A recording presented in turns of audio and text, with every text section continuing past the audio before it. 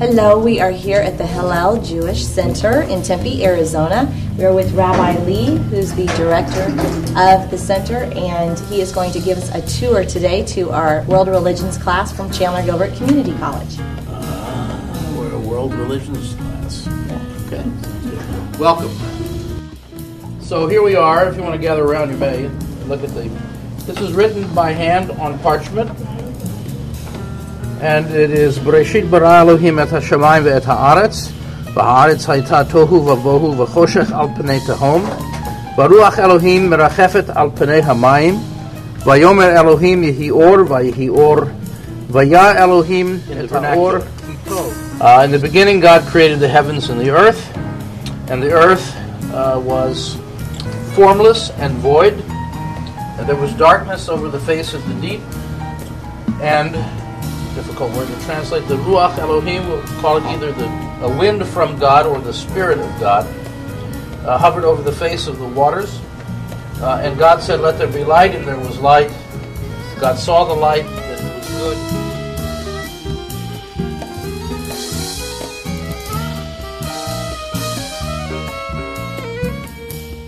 That's an interesting question. Where do babies come from? And the answer that the rabbis give is it takes a father and a mother, you know all this part, and the divine presence. And the idea here is that human beings, though products of a natural process, are also creations of God. And so each human being sort of has an ultimate origin, which is God. We all come from the same place, so nobody can lord it over someone else. So that the fact that one is a creature of God, a child of God, to use another phrase, means that everyone has inherent worth, and that the sort of central principle of Jewish ethics is to respect the image of God in other people.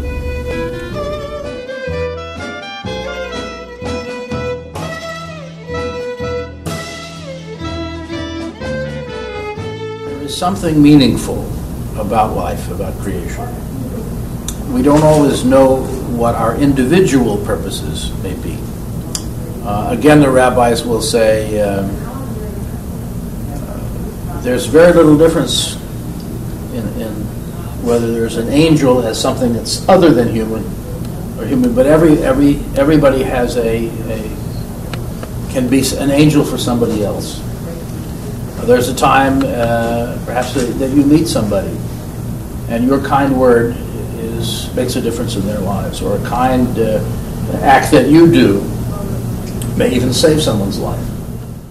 Now, insofar as human beings can establish justice, can bring order to the world and harmony to society, insofar as we can do these things, Judaism believes these are divine purposes, and that we make, in so doing, we do work as partners with the Holy One in the work of creation, creating the kind of world that ought to be rather than necessarily the one that is.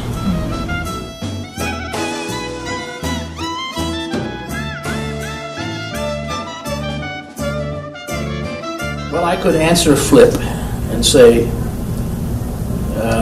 to the Heavenly Academy where we study the Talmud at the feet of the Holy One who is blessed. And that is an image, by the way.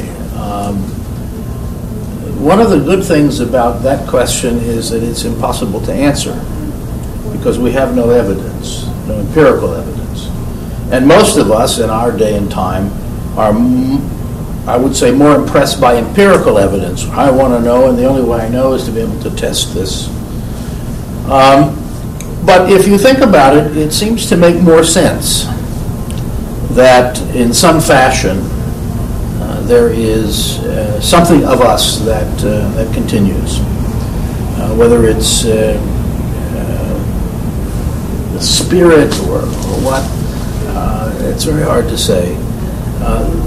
Judaism offers many different answers to this question.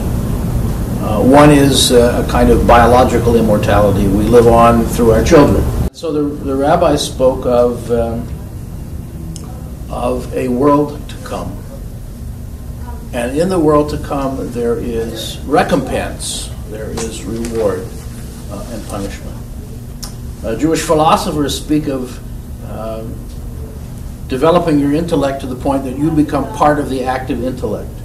It's not personally my favorite view of immortality, but there it is. Early Reform Judaism in the 19th century speaks of eternal life. God has planted within us eternal life.